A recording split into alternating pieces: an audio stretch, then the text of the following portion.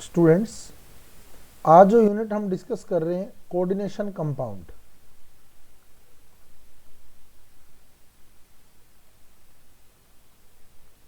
उपसहसंयोजक यौगिक।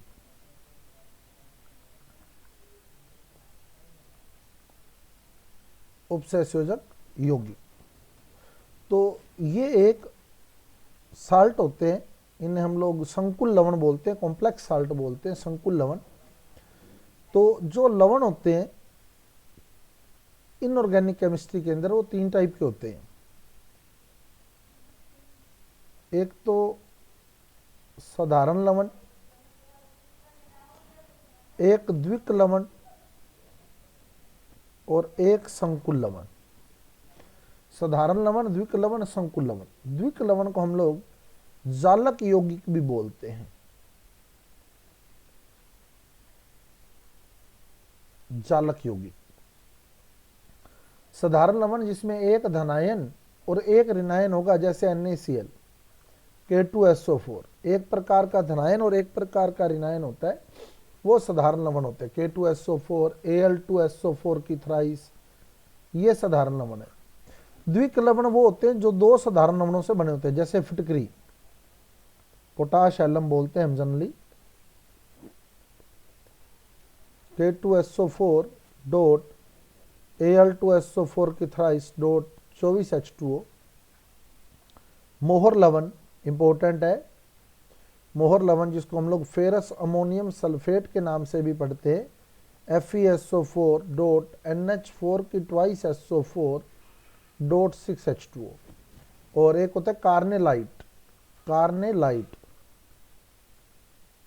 KCl dot MgCl2 dot 6H2O। तो ये होते हैं द्विक लवण, जिन्हें हम जालक यौगिक भी कहते हैं। और एक होते हैं संकुल लवण। संकुल लवण में बड़ा ब्रैकेट आएगा, जैसे K4FeCN6, K4FeCN6। अब होता क्या है, जो साधारण लवण होते हैं उनको जब पानी में घोलते हैं तो वो अपने आयनों में टूटते हैं, यानी साधारण लवण जल में अपने आयनों का परीक्षण देते हैं। द्विक लवण जो होते हैं वो भी पानी में अपने आयनों में टूटता है, जैसे FeSO4 है, वे Fe+2 SO4-2 और NH4 प्लस और SO4-2, यानी आयनों में टूटेगा। लेकिन जो संकुल लवण होता है वो अपने आयनों में नहीं टूटता, इसमें जो बड़ा ब्रैकेट होता है वो नहीं टूटता होता। तो बड़ा ब्रैकेट जो होता है वो एज इट इज रह जाता है, FeCN6, और K पर प्लस है, और K कितने हैं, 4, तो 4K प्लस, तो प्लस के 4 हो गए, तो ब्रैकेट पे माइनस का 4 आ जाएगा। तो इस प्रकार जो संकुल लवण होता है वो जल में अपने आयनों का परीक्षण नहीं देता, आयनों का परीक्षण नहीं देता। ये बना तो था K प्लस Fe+2 और Cn माइनस में, ये बना इसी से था, बना था इससे, लेकिन जब टूटा तो ये K प्लस और FeCN6-4 में टूटा, अतः ये जल में अपने आयनों का परीक्षण नहीं देता। जब ये टूटता है तो K प्लस और FeCN6-4 में टूटता है। तो ये होते हैं संकुल लवण। अब बात आती है कि बड़ा ब्रैकेट क्यों नहीं टूटा। बड़ा ब्रैकेट क्यों नहीं टूटा, तो जैसे FeCN6-4 है, ये ब्रैकेट क्यों नहीं टूटा, तो इस ब्रैकेट में Fe जो है धातु है और Cn जो है वो लिगैंड है, और धातु और लिगैंड के बीच उपसहसंयोजक बंध पाया जाता है, और उपसहसंयोजक बंध जो होता है वो जल में वियोजित नहीं होता। तो इसलिए जो बड़ा ब्रैकेट है वो जलीय विलयन में नहीं टूटता। तो इसमें ये तो धातु है, केंद्रीय धातु, और ये लिगैंड है जो धातु के साथ उपसहसंयोजक बंध से जुड़ा है। और लिगैंड आगे जो होते हैं वो 4 प्रकार के होते हैं। लिगैंड आगे हम 4 प्रकारों में बांटते हैं। एक दंतुक लिगैंड जिसमें एक दाता परमाणु होता है, मतलब धातु के साथ एक उपसहसंयोजक बंध बनाता है। द्विदंतुक लिगैंड जिसमें 2 दाता परमाणु होते हैं, धातु के साथ 2 उपसहसंयोजक बंध बनाते हैं। उभय दंतुक लिगैंड जिसमें दाता परमाणु तो 2 होते हैं परंतु एक समय में एक ही दाता परमाणु बंध बनाता है। और बहुतंतुक लिगैंड जिसमें 2 से ज्यादा दाता परमाणु होते हैं और 2 से ज्यादा बंध बनाते हैं। ये एक बंध बनाएगा, एक दाता परमाणु होगा, एक ही बंध बनेगा। इसमें 2 दाता परमाणु होंगे, 2 बंध बनेंगे। इसमें दाता परमाणु तो 2 होंगे परंतु बंध एक ही बनेगा। और इसमें 2 से ज्यादा दाता परमाणु आ जाएंगे, बहुदंतुक लिगैंड हो जाएगा। उदाहरण देखो, एक दंतुक ligand Cl minus, Br minus, I minus, H2O। H2O में सिर्फ O ही दाता परमाणु है, NH3, ये एक दंतुक लिगैंड है, एक दंतुक लिगैंड। द्विदंतुक लिगैंड जैसे एथेन 1,2 डाइअमीन, जिसको हम लोग एथिलीन डाइअमीन भी बोलते हैं, एथेन 1,2 डाइअमीन, या कह दे हम ethylene diamine, ethylene diamine. Oxalato, oxalato important है ये दोनों लिगैंड ही। तो एथेन 1,2 डाइअमीन, एथ में 2 कार्बन लगेंगे, एन यानी एकल बंध, डाइअमीन का मतलब 2 NH2 लगे हैं, तो एक NH2 ये लग गया, एक NH2 ये लग गया। अब बंध पूरे कर दोगे, ये बंध पूरे हो गए। अब इस N के पास लोन पेयर है, इस N के पास भी लोन पेयर है, तो ये एक दाता परमाणु ये हो गया, एक दाता परमाणु ये हो गया, तो ये होगा द्विदंतुक लिगैंड। ऑक्जेलेटो, ऑक्जेली कमल से बना है, ऑक्जेली कमल होता है COOH की ट्वाइस, तो COOH की ट्वाइस, ये ऑक्जेली कमल है। इससे जब H+ निकाल दोगे तो O पे माइनस आ जाएगा। अब एक दाता परमाणु ये वाला हो गया, एक दाता परमाणु ये वाला हो गया, तो ये भी द्विदंतुक लिगैंड बन गया। तो ऑक्जेलेटो भी एक द्विदंतुक लिगैंड है, C2O4-2। आप देख सकते हो C2O4 हो गए, 1 2 3 4 और -2 लग गए, -1 -2। तो ऑक्जेलेटो जो है वो एक द्विदंतुक लिगैंड होता है, 2 दाता परमाणु का निर्माण करता है। अब उभयदंतुक लिगैंड दाता परमाणु 2 होते हैं परंतु बंध एक ही बनता है, जैसे Cn माइनस। अब ये है Cn-, तो इसमें हम देख सकते हैं दाता परमाणु C भी है, C के पास भी 2 इलेक्ट्रॉन है, दान कर सकता है। N के पास भी 2 इलेक्ट्रॉन है, दान कर सकता है, परंतु दान एक ही करेगा। धातु को एक ही परमाणु इलेक्ट्रॉन दान करेगा, चाहे C करे चाहे N करे। जब C इलेक्ट्रॉन दान करेगा तो इसको साइनो बोला जाएगा, और जब N इलेक्ट्रॉन दान करेगा तो इसको आइसोसाइनो बोला जाएगा। तो इस प्रकार लिगैंड के पास 2 दाता परमाणु होते हैं, बंध एक ही बनता है। एक बंध क्यों बनता है? क्योंकि जिन लिगैंडों में 2 दाता परमाणु होते हैं या 2 से ज्यादा दाता परमाणु होते हैं, वे जब धातु को इलेक्ट्रॉन देते हैं, 2 दाता परमाणु या 2 से अधिक दाता परमाणु अगर हैं, जब धातु को इलेक्ट्रॉन देते हैं, तो वलय बनाते हैं, जिसे हम लोग किलेट वलय बोलते हैं। ये वलय बनाते हैं जिसे किलेट वलय बोलते हैं। अब देखो, जैसे 2 इलेक्ट्रॉन ये, 2 इलेक्ट्रॉन ये दोनों अगर 2 इलेक्ट्रॉन दे देते, ये 2 इलेक्ट्रॉन देता तो उपसर्जक बंध बनाता, ये भी 2 इलेक्ट्रॉन देता तो उपसर्जक बंध बनाता, तो एक वलय बन जाती। देखो ये एक वलय बन गई है ना, जुड़ गए आपस में। ऐसे ही यहां मान लो धातु उपलब्ध है, M है M, तो ये वाला N जब धातु को इलेक्ट्रॉन देगा तो उपसर्जक बंध बनाएगा, और ये वाला N भी जब धातु को इलेक्ट्रॉन देगा तो उपसर्जक बंध बनाएगा। इस प्रकार जो वलय बनती है उसे हम लोग क्या कहते हैं? किलेट वलय। और किलेट वलय वही स्थायी होती है जिसमें 5 या 6 सदस्य हों। 5 या 6 सदस्य वाली वलय स्थायी होती है। तो इसमें तो 5 सदस्य आ गए, तो ये तो स्थायी है, मतलब ये बनेगी, मतलब दोनों परमाणु इलेक्ट्रॉन देंगे, ये वाला भी और ये वाला भी, दोनों देंगे। लेकिन अगर आप इस पे नजर मारे तो इसमें वलय जो बनी कितने सदस्य वाली बनी? इसमें वलय के सदस्य गिनो कितने हैं?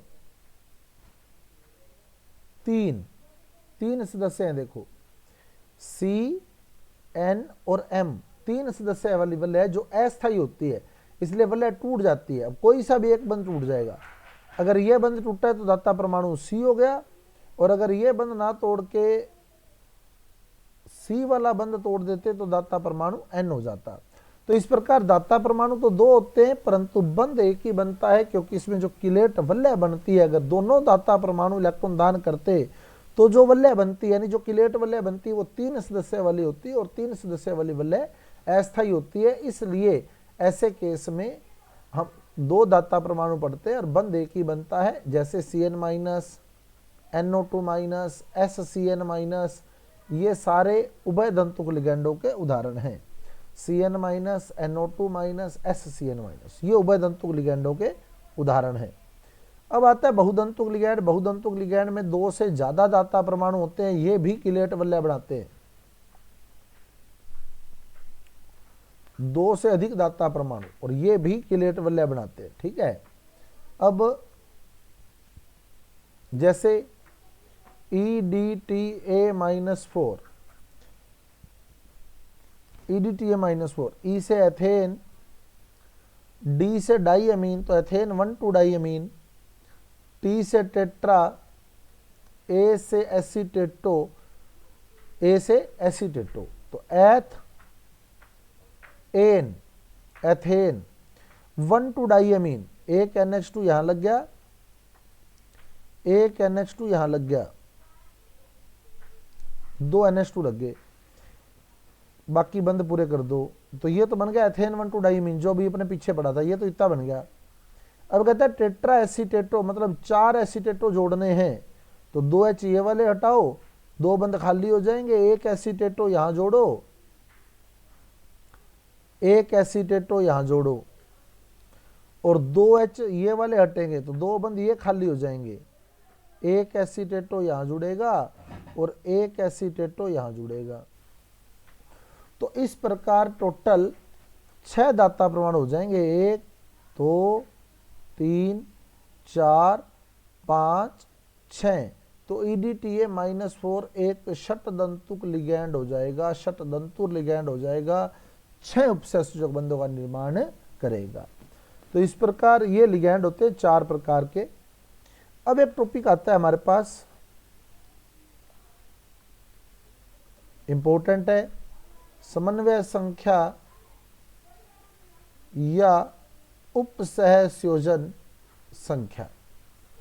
समन्वय संख्या या उपसहसंयोजन संख्या, मोटी मोटी बात ध्यान रखना, कोई भी संकुल आपको दिया हुआ है, उसमें जितने उपसहसंयोजक बंध बने, जितने उपसहसंयोजक बंध बने, यानी मैं बात करूं तो उपसहसंयोजक बंधों की संख्या को मैं कह सकता हूं कि उपसहसंयोजक संख्या होती है, जितने उपसहसंयोजक बंध बनते हैं। अब आपको यह पता होना चाहिए जो लिगैंड दिए हैं वो कितने बंध बना रहे हैं। जैसे K4FeCN6 CONH36Cl3 K2NiCN4 COEN की थराइस Cl3 Na2NiEDTA। तो ये हमारे पास जैसे कुछ संकुल आ गए। सबसे पहले बड़ा ब्रैकेट देखोगे, बड़े ब्रैकेट में 2 चीजें होती है, एक तो धातु और एक लिगैंड। अब आपने लिगैंड देखना है, लिगैंड दिया Cn-। अब आपको ये सोचना है कि Cn- कितने बंध बनाता है। Cn- जो होता है वो एक बंध बनाता है, एक बंध बना पाता है, और क्योंकि 6 Cn दिए हैं तो 6 बंध बन जाएंगे। तो जितने बंध बनेंगे ना लिगैंडों के द्वारा, जितने बंध बनेंगे, यानी जितने उपसहसंयोजक बंध बनेंगे, वही उपसहसंयोजन संख्या होती है। तो इसकी उपसहसंयोजन संख्या 6 है, 6। अब ऐसे ही CONH36Cl3, सबसे पहले तो बड़ा ब्रैकेट देखोगे, बड़े ब्रैकेट में धातु है, ये लिगैंड है, लिगैंड NH3 है, तो NH3 जो होता है वो एक बंध बनाता है, एक बंध बनाता है, और क्योंकि 6 NH3 दिए हैं तो 6 बंध बन जाएंगे। तो यहां भी उपसहसंयोजक संख्या 6 है। आगे आता है K2NiCN4। अब फिर Cn एक बंध बनाता है और 4 Cn लगे तो 4 बंध बन गए, तो उपसहसंयोजक संख्या 6 है। आगे आता है EN। EN जो है एथेन 1,2 डाईअमीन, ये एक द्विदंतुक लिगैंड है। द्विदंतुक लिगैंड मतलब 2 बंध बनाता है, एक लिगैंड 2 बंध बनाता है, और 3 लिगैंड जुड़े हैं, एक लिगैंड 2 बंध बनाता है, तो 3 लिगैंड कितने बंध बना देंगे, 6। तो यहां भी उपसहसंयोजक संख्या 6 है। और EDTA जो है वो एक षटदंतुर लिगैंड है, यानी ये 6 बंध बनाता है, और एक ही लिगैंड जुड़ा है, यानी 6 बंध बनेंगे, तो उपसहसंयोजक संख्या 6 है। तो इस प्रकार उपसहसंयोजक बंधों की संख्या को हम लोग समन्वय संख्या कहते हैं। इसके अलावा एक पूछ लेता है धातु की ऑक्सीकरण संख्या। वो x मान के निकालते हैं। जैसे मैं कुछ एग्जांपल लिख रहा हूँ, K3FeC2O4 की थ्राइस, ठीक है, और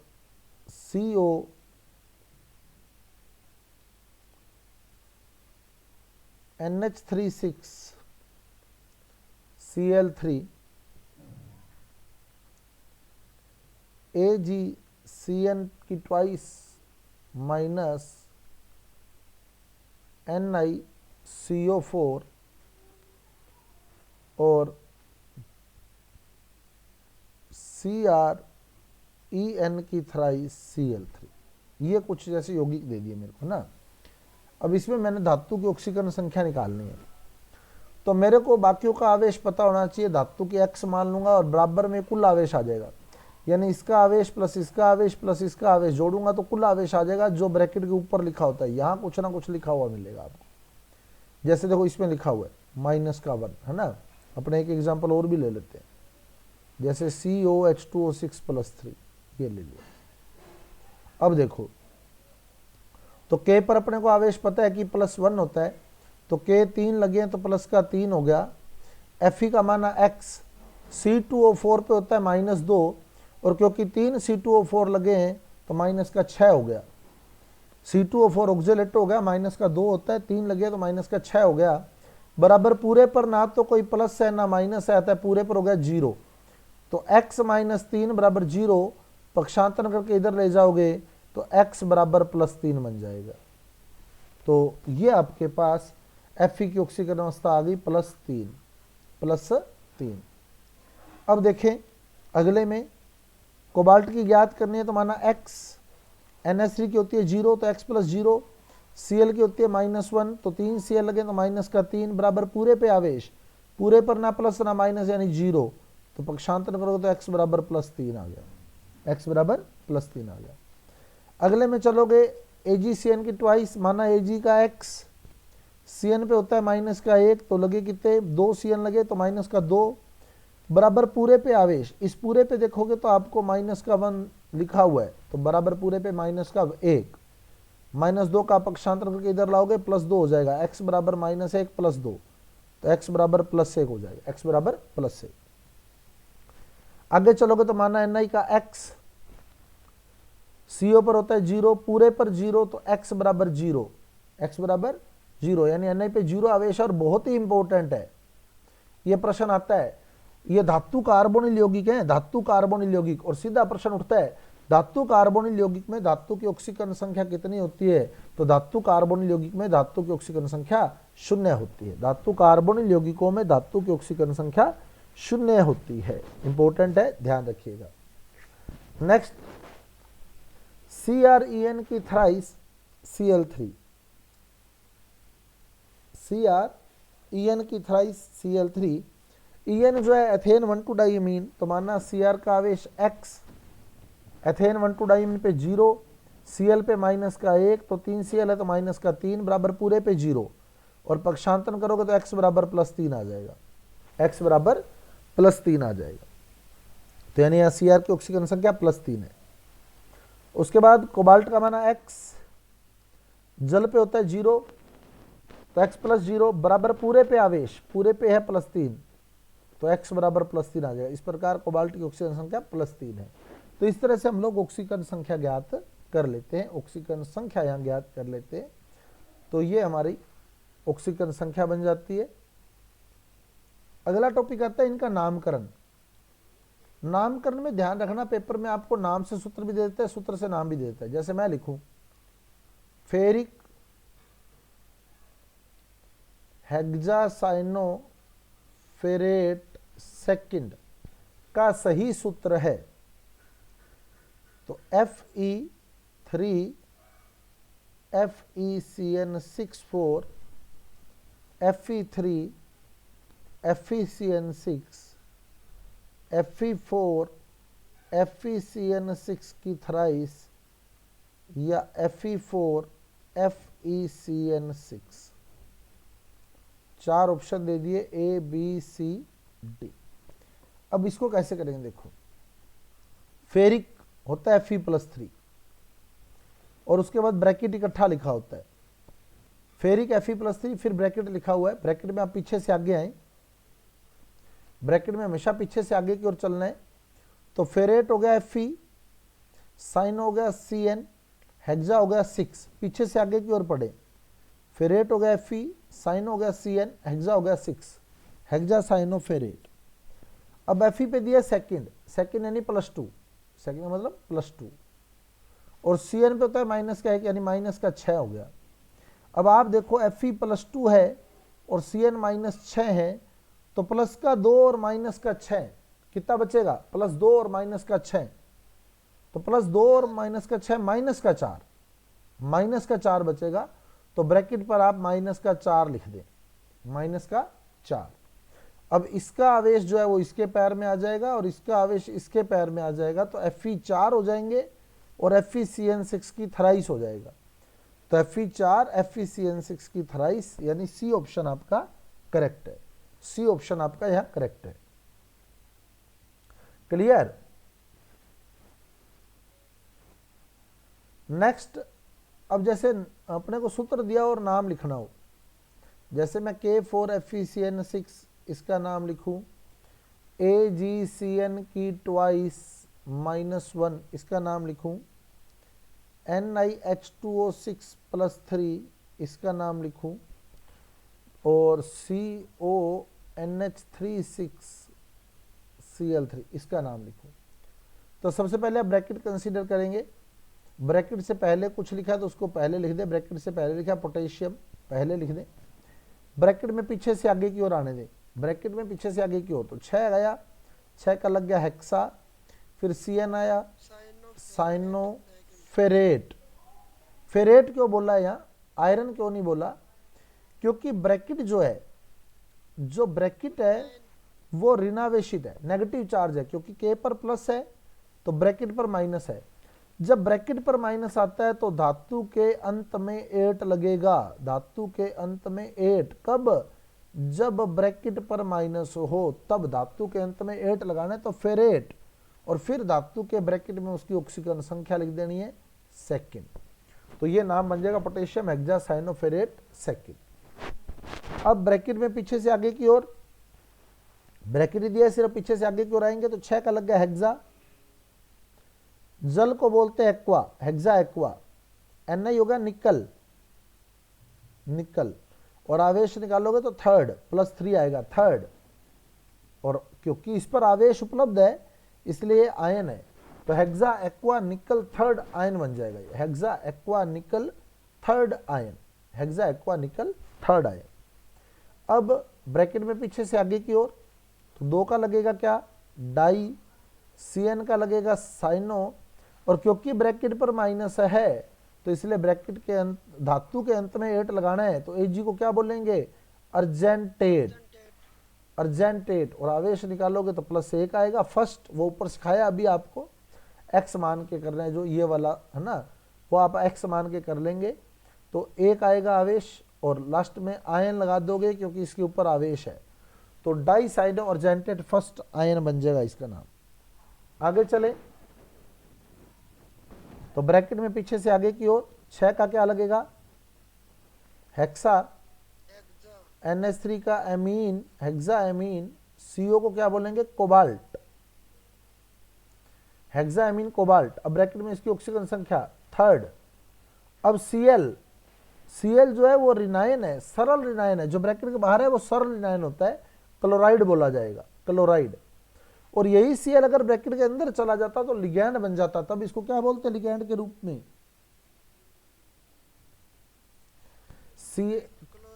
क्लोरिडो। अगर Cl ब्रैकेट के अंदर है तब तो वो लिगैंड है, तब तो उसको बोला जाएगा क्लोरिडो, और अगर Cl ब्रैकेट के बाहर है तो वो सरल ऋणायन है, तब उसको बोला जाता है क्लोराइड। ये ध्यान रखिएगा, ब्रैकेट के अंदर Cl लगाओ तो क्लोरिडो, ब्रैकेट के बाहर लगाओ तो क्लोराइड हो जाएगा। अब आती है समावयवता, जो इसका सबसे इंपॉर्टेंट टॉपिक है, जो पेपर में ऑलमोस्ट पूछा जाता है। समावयवता इसमें 2 प्रकार की है, एक संरचनात्मक और एक त्रिविम।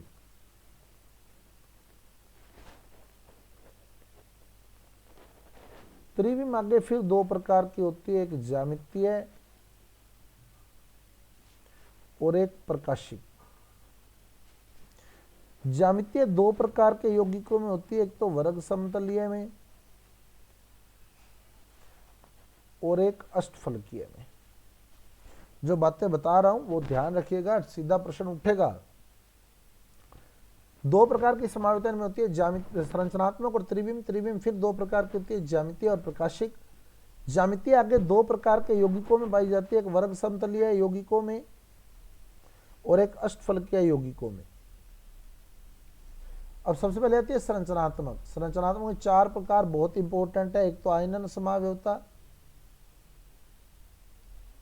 दूसरा बंधनी समावयवता, बंधनी समावयवता,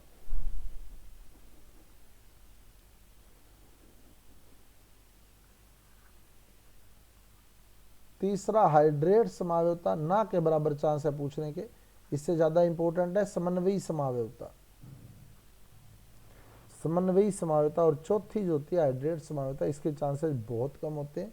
बाकी इंपॉर्टेंट जो है ये सबसे इंपॉर्टेंट है आयनन समावयवता। आयनन समावयवता, आयनन समावयवता में क्या ध्यान रखना है आपने, अब जो ब्रैकेट के बाहर लगा होता है ना, ब्रैकेट के बाहर, उसको बोलते हैं हम प्रत्यायन। जैसे यहां मैंने भी बताया था ना, जैसे ये Cl है, Cl ब्रैकेट के बाहर है, ये प्रत्यायन है। ये K है, K ब्रैकेट के बाहर है, तो ये प्रत्यायन है, प्रत्यायन। ठीक है। आयनन समावयवता क्या होती है, आयनन समावयवता जब एक संकुल का प्रत्यायन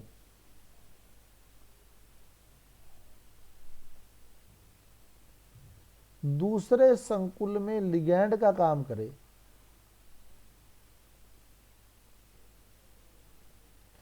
तो हमेशा उत्तर आयनन समावयवता ही आएगा। जैसे आपको प्रश्न देगा, देखो आपको प्रश्न दे देगा CONH3 की 5 BrSO4 तथा CONH3 की 5 SO4Br में किस प्रकार की समावयवता है। तो आपको क्या देखना है, जो इसमें प्रत्यायन था वो इसमें लिगैंड बन गया। देखो बन गया ना लिगैंड, जो इसमें प्रत्यायन था वो इसमें लिगैंड बन गया। बन गया कि नहीं बना, बताओ, दिख रहा है। तो जब एक संकुल का प्रत्यायन दूसरे संकुल में किसका काम करे, लिगैंड का काम करे, तो हमेशा उत्तर आयनन समावयवता ही देना है।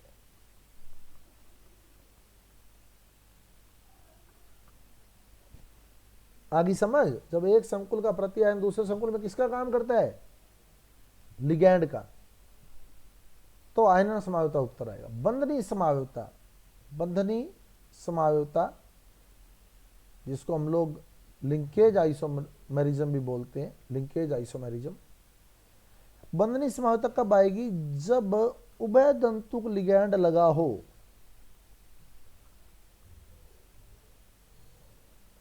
जब उभय तंतुक लिगैंड हो, जैसे यूं दे दे CONH3 की 5 NO2SO4, CONH3 की 5 ONOSO4। अब देखो जो प्रत्यायन था वो तो प्रत्यायन ही रहा ना। अब लिगैंड के बारे में सोचो, ये NO2 था, ये ONO हो गया, मतलब यहां दाता परमाणु N है, यहां दाता परमाणु O है, यानी लिगैंड वही है NO2 ही, लेकिन दाता परमाणु अलग अलग हो गए। तो यानी जब उभय तंतु लिगैंड ब्रैकेट के अंदर आ जाए तो फिर हमने कौन सी समावयवता करनी है, लिंकेज आइसोमेरिज्म, बंधनी समावयवता।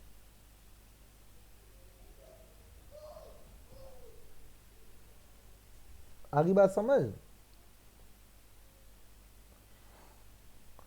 आगे आती है समन्वयी समावयवता। और समन्वयी समावयवता क्या होता है, इसमें दो बड़े ब्रैकेट लगे हुए आएंगे, ठीक है।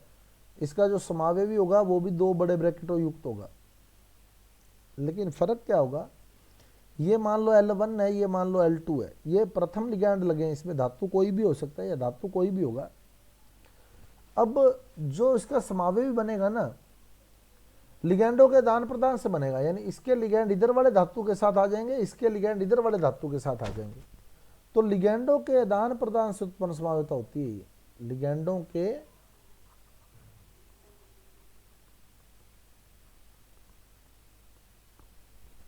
आदान प्रदान से उत्पन्न। कैसे देखो, जैसे CONH3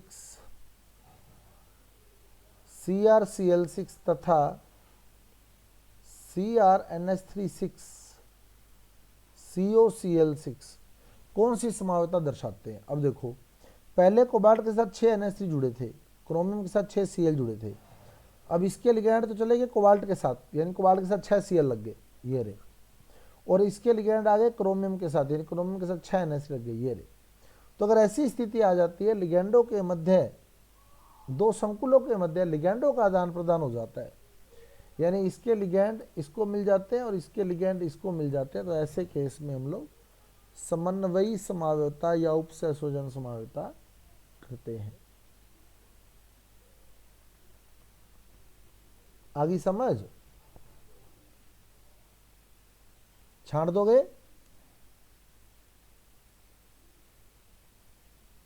ये 3 बहुत इंपॉर्टेंट है, ये आपको पता होनी चाहिए। आगे चले अगर हम, तो आती है त्रिविम समावेता। त्रिविम समावेता 2 प्रकार की होती है, एक ज्यामितीय और एक प्रकाशिक।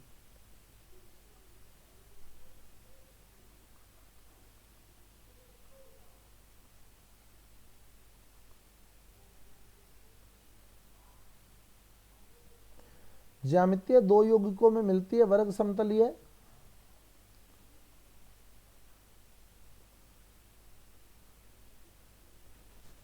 और अष्टफलकीय। वर्ग समतलीय और अष्टफलकीय।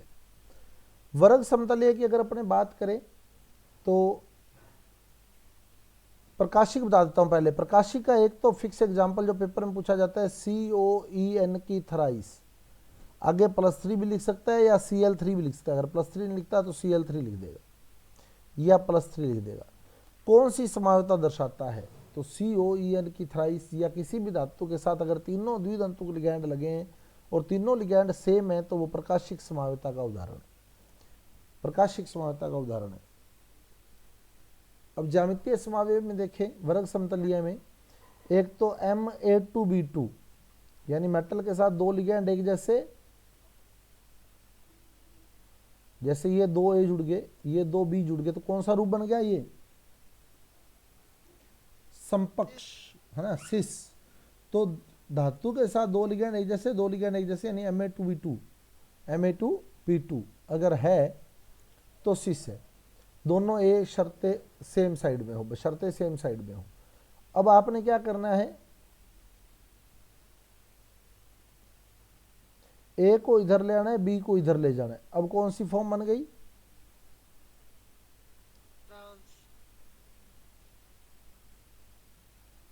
ट्रांस। ऐसे ही Ma2BC, Ma2BC, Ma2BC। तो Ma2BC में क्या होगा? मेटल के साथ 2ABC, दोनों ए सेम साइड में, तो कौन सी फॉर्म हो गई? सिस। अपोजिट कर दोगे तो उल्टे हो जाएंगे, Ma2B2, Ma2BC। और इसके अलावा MABCD,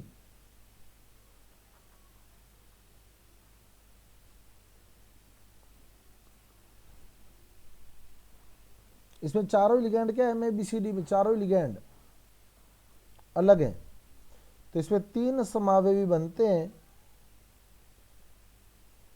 जिसमें 2 सिस और 1 ट्रांस होता है। 2 सिस और 1 ट्रांस होता है, 3 समावेवी बनते हैं। कैसे देखो, आपने क्या करना है, MABCD अपनी मर्जी से लिख लें, ABCD, तो 1 समावेवी तो ये बन गया। अभी ए के विपक्ष में क्या है बताओ? ए के विपक्ष में सी है, ए के विपक्ष में देखोगे तो सी लगा है।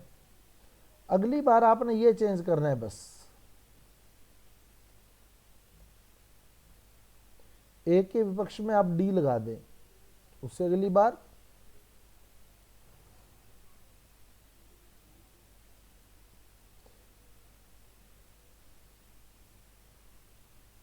ए के विपक्ष में बी लगा दे तो 3 बन गए। ए के विपक्ष में सी भी आ सकता है, बी सी डी आ सकता है ना, बी सी डी, तो बी भी आ गया, सी भी आ गया, डी भी आ गया। अब मान लो मैं इसको ट्रांस बोलता हूं, सपोज कि ये ट्रांस है, यानी जब ए के अपोजिट सी आएगा तो ट्रांस होगा, तो जब ए की सीध में सी आएगा तो सिस बन जाएगा, और ए की सीध में सी आएगा तो सिस बन जाएगा। तो इसीलिए बोलते हैं कि एक ट्रांस होता है और 2 सिस होते हैं, एक ट्रांस 2 सिस होते हैं, M A B C D. Clear, M A B C D. आगे अष्टफलकीय, अष्टफलकीय में M A 4 B 2, M A 4 B 2। अब देखो जैसे ये ए, ये विपक्ष हो गया, अपोजिट साइड चले गए ना, अपोजिट साइड चलेगी, ए ये विपक्ष हो गया क्या या नहीं हुआ, बताओ किसको देख के बताया जाएगा यहां विपक्ष? ए तो 4 लगे और अष्टफलकीय में 4 लिगेंड देख के विपक्ष नहीं बताया जाता ना, जो कम है उनको देख के बताया जाता है। जैसे 2 बी हैं तो बी को देख के बताया जाएगा, दोनों बी सेम साइड में, तो क्या हो गया, ये सिस हो गया, समपक्ष हो गया। अगर विपक्ष बनाना तो क्या करेंगे हम, ये विपक्ष बन गया, ये विपक्ष बन गया। अब एम ए 4 बी 2, ये मैं इसलिए बता रहा हूं, ये यहां इंपॉर्टेंट है, वहां इसका कोई मतलब नहीं है, ये नहीं पूछता, इसमें तो M A B C D आने के चांस रहते हैं ज्यादा। एम ए 4 बी 2 का समपक्ष रूप प्रकाशिक समायोता दर्शाता है।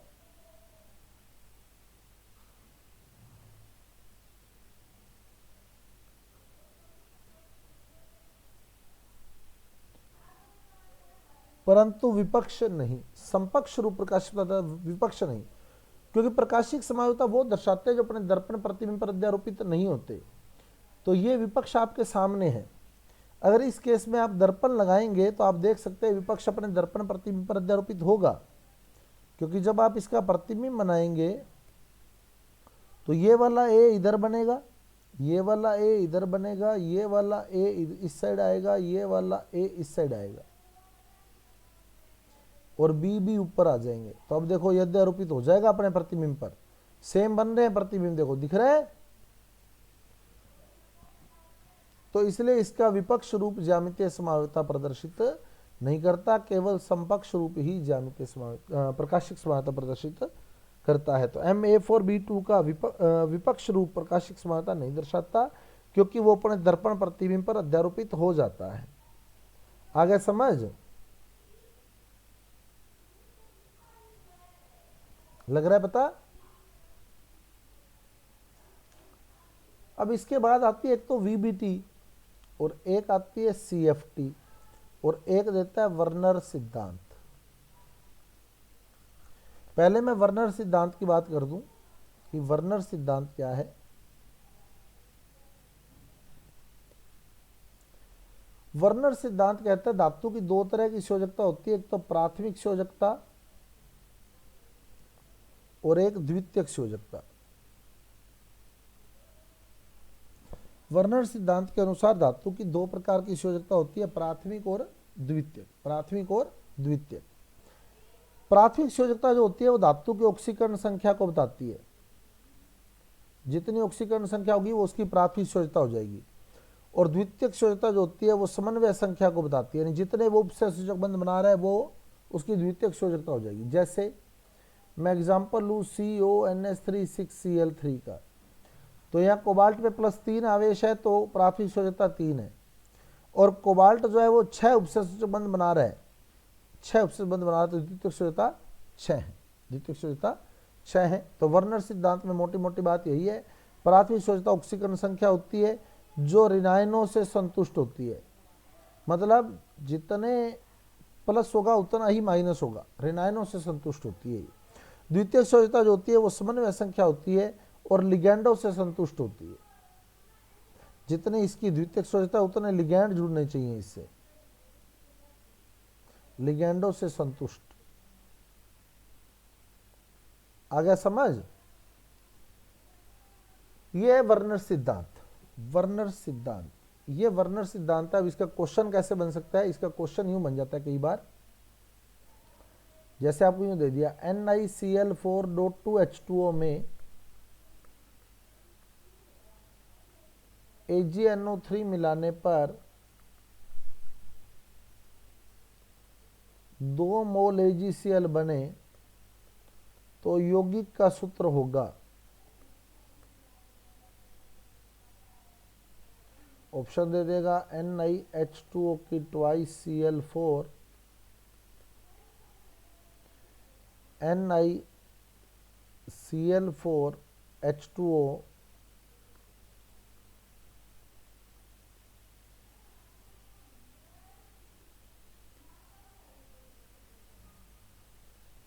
NiH2O की ट्वाइस Cl2,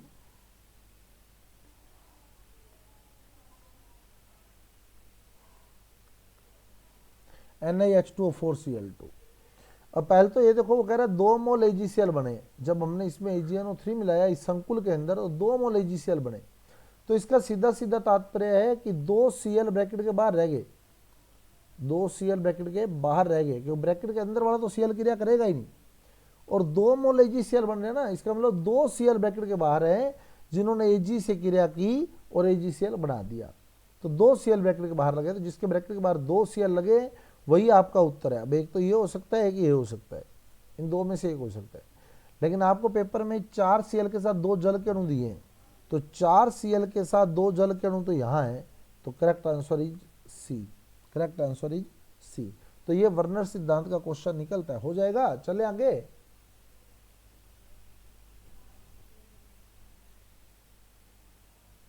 लग गया पता। अब मैं आपको CFT बता रहा हूँ, VBT संकरण और चुंबकीय प्रकृति को बताती है, ज्यामिति और चुंबकीय प्रकृति को बताती है। उसमें संकरण है, ज़्यादा उसमें नहीं है कुछ भी, तो उसका एक रिकॉर्डेड वीडियो मैं डाल दूंगा, है ना। और CFT मैं आपको बता रहा हूँ, CFT क्रिस्टल क्षेत्र सिद्धांत, ये 2 प्रकार के संकुलों से हमारे से पूछता है। उससे पहले मैं एक टॉपिक और बता दूं इसका, EAN इफेक्टिव एटॉमिक नंबर, इसका क्वेश्चन कई बार आता है पेपर में।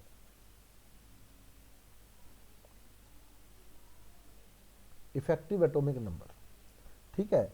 अब जैसे यूं दे देगा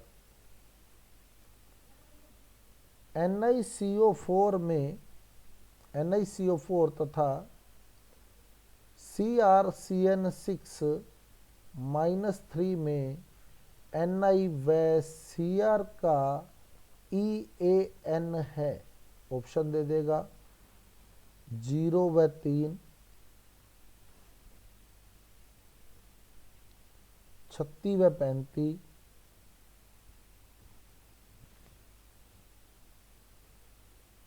36 व 33,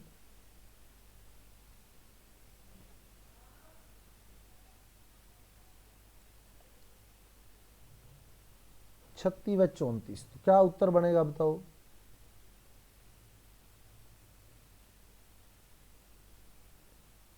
कैसे निकालते देखो, effective atomic number, atomic number क्या होता है, जितने इलेक्ट्रॉन होते हैं उतना ही एटॉमिक नंबर होता है। तो आपने क्या करना है, धातु के इलेक्ट्रॉन की संख्या निकाल लेनी है। जैसे Ni बताओ कितने नंबर पे आता है, Ni 28 पे। एक सिंपल सी बात करूंगा मैं, Ni आता है 28 नंबर पे, ठीक है, Ni 28 नंबर पे। अब यहां कोई आवेश है क्या Ni पे, नहीं है। अगर होता तो प्लस का होता, उतने इलेक्ट्रॉन हम कम कर देते, क्योंकि प्लस का आवेश इलेक्ट्रॉन त्यागने से आता है ना। अब लिगैंड बंध में कितने इलेक्ट्रॉन देता है लिगैंड, एक बंध में कितने इलेक्ट्रॉन देता है लिगैंड, 2। और यहाँ 4 लिगैंड जुड़े हैं, एक लिगैंड 2 इलेक्ट्रॉन देता है, तो 4 लिगैंड 8 इलेक्ट्रॉन दे देंगे। तो आप इनको जोड़ लो, इलेक्ट्रॉनों की संख्या को जोड़ लो, तो 28 इलेक्ट्रॉन तो इसके खुद के, और 8 इसको लिगैंड से मिल गए, तो 28 और 8 36। तो जिसमें 36 ऑप्शन है वो सही है। तो 36 इसमें भी है, 36 इसमें भी, 36 इसमें भी है, तो ये गलत हो गया। अब आइए अगले की बात, Cr कितने नंबर पे आता है, 24 पे।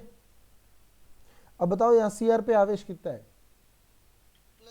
+3, मतलब ये 3 इलेक्ट्रॉन त्याग गया, तो 24 में 3 के तो 21 इलेक्ट्रॉन रह गए इसके पास। अब Cn लिगैंड है, एक बंध में 2 इलेक्ट्रॉन देता है, और कितने लिगैंड जुड़े हैं, 6। तो 6 बंद में कितने इलेक्ट्रॉन आ गए? 12, तो 31 और 12 33, यानी ये आंसर आएगा आपका। समझ आई क्या बात? लग गया पता? है ना, कई बार क्या होता है पेपर में ऐसे आ जाता है,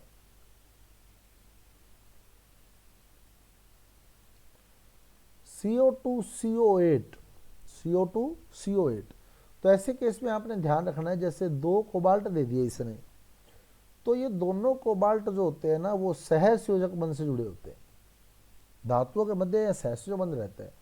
अब CO8 है तो 4 CO तो इसके साथ जोड़ दिए उपसहसंयोजक बंधों से, और 4 CO इसके साथ जोड़ दिए उपसहसंयोजक बंधों से।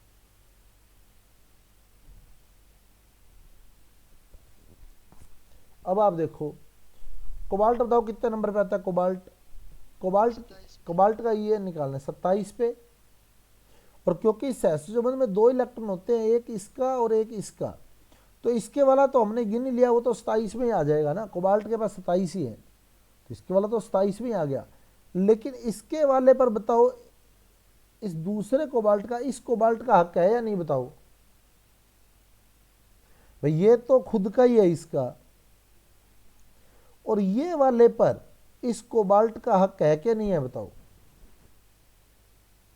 है, क्योंकि ये इलेक्ट्रॉन की शेयरिंग से बना है ना, तो सहसंयोजक बंध वाला एक और जोड़ लोगे इसमें। पता लग गया एक और क्यों जोड़ा है? ये आ गया ये वाला, ठीक है। अब एक कोबाल्ट बताओ कितने बंध बना रहा है?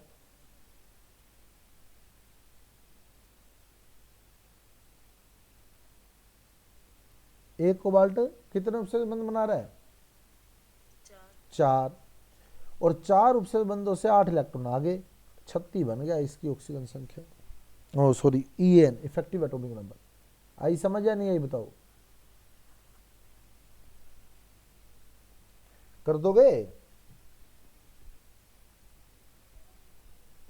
ये इफेक्टिव एटॉमिक नंबर है, ठीक है। आगे आती है CFT।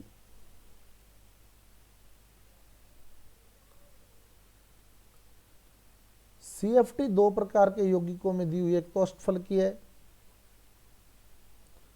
और एक चतुष्फलकीय है। इसमें क्या होता है? डी कक्षकों का विपाटन होता है। मोटी मोटी बात करूंगा मैं आपसे, विपाटन किस प्रकार से होगा, है ना। डी कक्षकों का विपाटन होता है। डी कक्षकों का विपाटन कैसे होता है वो देखिए आप। डी कक्षक 5 प्रकार के होते हैं,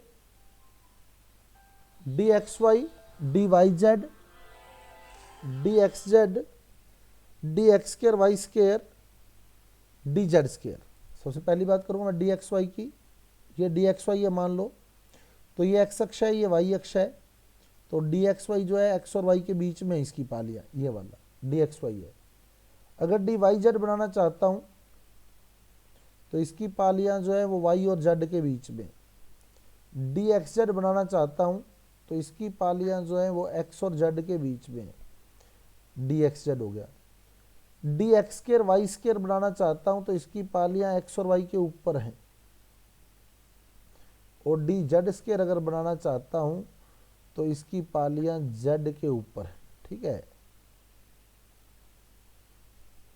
तो ये हो गया DX2 Y2 और DZ2। अब विपाटन कैसे होगा? अष्टफलकीय संकुल में आपने एक बात याद रखनी है कि लिगैंड जो होते हैं, मैं ज़्यादा अब गहराई में नहीं जाऊंगा, अक्षों के ऊपर होते हैं।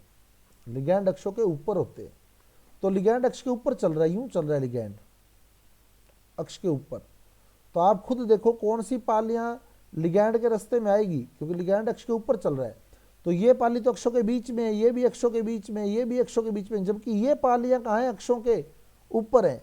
DX2 Y2 और DZ2 जो है अक्षों के ऊपर हैं, ये इनको बोलते हैं हम ईजी कक्षक। तो ईजी कक्षक अक्षों के ऊपर है और लिगैंड भी अक्षों के ऊपर है, तो बताओ लिगैंड और ईजी कक्षक एक दूसरे के रास्ते में आएंगे या नहीं आएंगे? बताओ, आएंगे, है ना। और 3 डी कक्षक DXY, DYZ और DXZ जो है इनको बोलते हैं हम T2G कक्षक, ये T2G कक्षक होते हैं। तो अष्टफलकीय संकुल में लिगैंड जो होता है अक्षों के ऊपर चलता है, जो कक्षक अक्षों के ऊपर है वो लिगैंड के रास्ते में आ गए तो इनकी ऊर्जा बढ़ गई, इनकी ऊर्जा बढ़ गई, ईजी की ऊर्जा बढ़ गई और T2G की ऊर्जा घट गई, तो ये विपाटन होता है अष्टफलकीय में, T2G और EG, T2G और EG। ठीक है, T2G और Eg का। और चतुष्फलकीय में जो लिगैंड होता है वो अक्षों के बीच में होता है, तो जो डी कक्षक अक्षों के बीच में होते हैं वो उसके रास्ते में आ जाते हैं। तो ये वाले 3 डी कक्षक अक्षों के बीच में, तो ये चतुष्फलकीय के रास्ते में आ जाते हैं चतुष्फलकीय केस में। तो Eg की ऊर्जा घट जाती है और T2G की ऊर्जा बढ़ जाती है। जो मार्ग में आ गए उनकी ऊर्जा बढ़ जाएगी। आगे समझ, ये सिंपल सी बात है, ये विपाटन हो गया।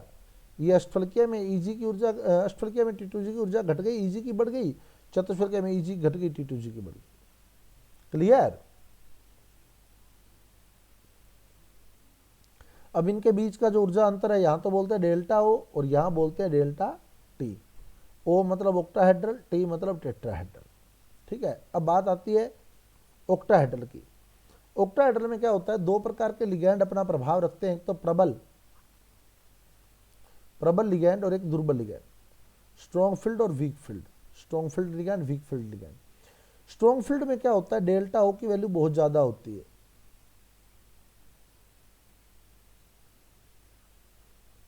जो डेल्टा O की वैल्यू होती है बहुत ज्यादा होती है। और वीक फील्ड में क्या होता है, डेल्टा O की वैल्यू कम रहती है कंपेरेटिवली।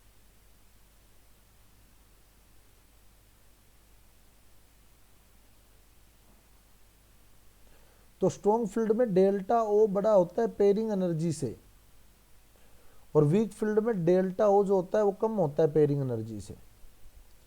डेल्टा O बड़ा होता है स्ट्रॉन्ग फील्ड में, डेल्टा O की वैल्यू ज़्यादा होती है। इसलिए जब इलेक्ट्रॉन भरते हैं ना, तो पहला इलेक्ट्रॉन T2G1 में आएगा, दूसरा भी T2G1 में, तीसरा भी T2G1 में। यह स्ट्रॉन्ग फील्ड का केस है।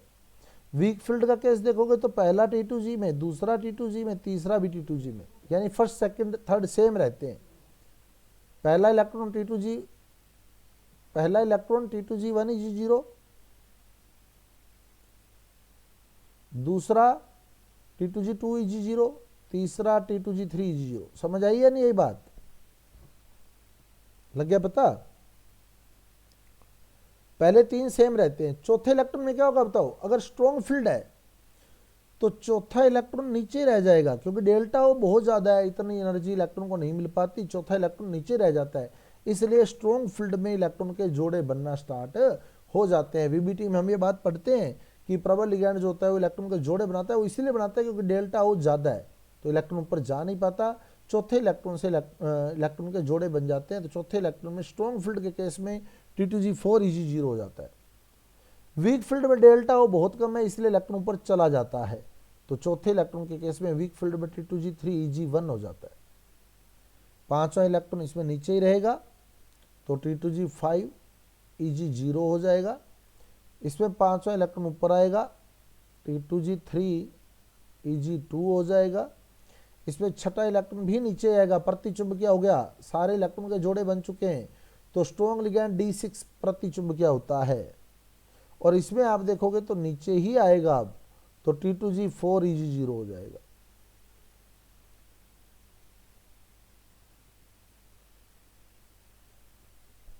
समझ आ गई बात। तो पहला दूसरा तीसरा सेम है स्ट्रॉन्ग और वीक में। बीच वाले जो 4 5 6 हैं वो अलग है, सातवां भी अलग है। देखो सातवें में चलोगे तो क्या होगा, इसका सातवां ऊपर आएगा, T2G6 Eg1। इसमें अगर सातवां करोगे तो इसका सातवां नीचे आएगा, T2G5 Eg2। समझ आई बात, लग गया पता। अब आठवां भरोगे तो फिर सेम हो जाएगा। आठवें में क्या बना, T2G6 Eg2। यहां भी आप देखोगे तो T2G6 Eg2, आठवां फिर सेम हो गया। यानी पहले 3 सेम होते हैं, D1 D2 D3, पहला इलेक्ट्रॉन, दूसरा इलेक्ट्रॉन, तीसरा इलेक्ट्रॉन, और last 3 D8 D9 D10 same होते हैं। आगे समझ या नहीं, लग गया पता। तो अष्टफलकीय संकुल में जब हम लोग इलेक्ट्रॉन भरते हैं लिगैंड की उपस्थिति में, तो पहले 3 और लास्ट 3 इलेक्ट्रॉनिक विन्यास सेम रहते हैं। क्लियर, चले आगे। तो इसमें इलेक्ट्रॉन पहले नीचे भरे गए, प्रबल लिगैंड के केस में इलेक्ट्रॉन पहले नीचे भरे गए T2G में, इसलिए इसको निम्न चक्रण संकुल, लो स्पिन कॉम्प्लेक्स बोलते हैं, लो स्पिन कॉम्प्लेक्स। और इसमें इलेक्ट्रॉन ऊपर आ गए, इसलिए इसको हाई स्पिन कॉम्प्लेक्स, उच्च चक्रण संकुल बोलते हैं। और जो चतुष्फलकीय संकुल होते हैं वो हमेशा उच्च चक्रण ही होते हैं। चतुष्फलकीय संकुल हमेशा हाई स्पिन ही होते हैं। ये आता है सत्य असत्य में। चतुष्फलकीय संकुल सदैव उच्च चक्रण होते हैं। क्यों? क्योंकि चतुष्फलकीय में ईजी नीचे था, T2G ऊपर था, और ये जो अंतर था ये डेल्टा टी था। अब इसका जो डेल्टा टी होता है वो डेल्टा ओ के मान का लगभग 4/9 होता है। डेल्टा ओ के मान का यानी लगभग आधा होता है। Delta T is almost equal to 4/9 delta O, यानी डेल्टा टी डेल्टा ओ का लगभग आधा होता है। पूरा आधा तो नहीं, लगभग आधा। यानी डेल्टा टी का मान कम होता है। मोटी मोटी बात करूँ तो मैं, जब हम कह रहे हैं डेल्टा टी का मान आधा होता है तो मतलब डेल्टा टी का मान कम होता है। तो जब डेल्टा टी कम है तो पहला इलेक्ट्रॉन यहाँ, दूसरा यहाँ, तीसरा यहाँ, चौथा यहाँ, पांचवा यहाँ, छठा यहाँ, सातवां यहाँ, आठवां यहाँ, नौवां यहाँ और 10वां यहाँ। ये सिस्टम बन जाएगा। स्ट्रॉन्ग और वीक का कोई मतलब नहीं होता इसमें, इसलिए चतुष्फलकीय संकुल सदैव उच्च चक्रण होते हैं। आगे समझ?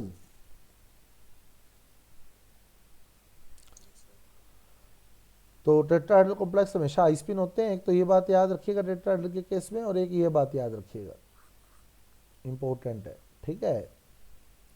उसके बाद अपने बात करें रंगीनता की। संकुल यौगिक रंगीन होते हैं। केवल वही संकुल यौगिक जिनके पास अयुग्मित इलेक्ट्रॉन हो वो रंगीन होंगे। इसका कारण पूछे तो डी संक्रमण, डी संक्रमण। जैसे एग्जाम्पल दिया होता है TiH2O6+3 का। जब अकेला Ti है, अकेला Ti 22 नंबर पे आता है, अभी जल नहीं जुड़ा हुआ इसके साथ, ठीक है। तो आर्गन के 18, 4s के 2 20 और 3d के 2 22, और Ti पे +3 आवेश अगर कर दे तो हम ये 3 इलेक्ट्रॉन निकालेगा, तो 2 s वाले चले गए, 1 d वाला चला गया, तो इसके 3d में एक ही इलेक्ट्रॉन रह गया Ti+3 के।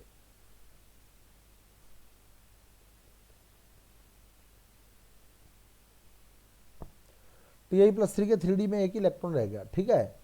अब आप जल गिनो कितने बने हुए हैं, जल गिनो कितने बने हुए हैं, कितने जल जुड़े हुए हैं इसके साथ? 6 जल जुड़े तो अष्टफलकीय संकुल है, और अष्टफलकीय संकुल है तो T2G नीचे, Eg ऊपर। अब बताओ सामान्य अवस्था में ये तो अकेला Ti+3 था, अब इसके साथ 6 जल जोड़ दिए,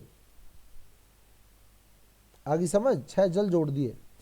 अब बताओ ये वाला इलेक्ट्रॉन किस में जाएगा, T2G में या Eg में? पहले किस में जाएगा? कॉमन सी बात है, कम ऊर्जा वाले में, T2G में। तो सामान्य अवस्था में इसका विन्यास हो गया T2G1 Eg0, यानी Ti+3 के 3d में जो इलेक्ट्रॉन था वो अष्टफलकीय संकुल बनते समय T2G में आया और विन्यास हो गया T2G1 Eg0, ठीक है। अब हम जब इस पर दृश्य प्रकाश गिराते हैं तो ये उसमें से 498 नैनोमीटर, मतलब लगभग 4980 एंगस्ट्रॉम, यानी लगभग 5000 एंगस्ट्रॉम का अवशोषण कर लेता है, और अवशोषण करके वो इलेक्ट्रॉन उत्तेजित हो जाता है। उत्तेजित होकर कहाँ जाएगा बताओ? ये वाला इलेक्ट्रॉन जब उत्तेजित हो जाएगा तो कहाँ जाएगा? Eg में। और इलेक्ट्रॉन का T2G से Eg में जाना ही डी संक्रमण होता है, यही डी संक्रमण है, इलेक्ट्रॉन का T2G से Eg में जाना। अब जब वापिस अपनी सामान्य अवस्था में आएगा तो ये पूरक प्रकाश, जैसे अभी 498 नैनोमीटर का कर रहा था, 5000 का कर रहा था, ये हरा होता है, ये हरे रंग का प्रकाश होता है। और जब ये वापिस अपनी सामान्य अवस्था में आता है तो हरे रंग के प्रकाश बैंगनी का उत्सर्जन करता है, इसलिए हमें बैंगनी दिखाई देता है। और एग्जाम में ज्यादातर क्वेश्चन यही आता है TiH2O6 वाला। तो ये कारण है उसका, डी संक्रमण कारण है, T2G से Eg में जाना इलेक्ट्रॉन का, ये होता है डी संक्रमण। आ गया समझ? ये लो, ये मोटा मोटा आपको रिवाइज करा दिया है, ठीक है। VBT मैं आपके डाल दूंगा, वो आप वहां से देख लेना, क्योंकि समय कम है। अब अपने हिसाब से एक बार रिपीट कर लें, ठीक है।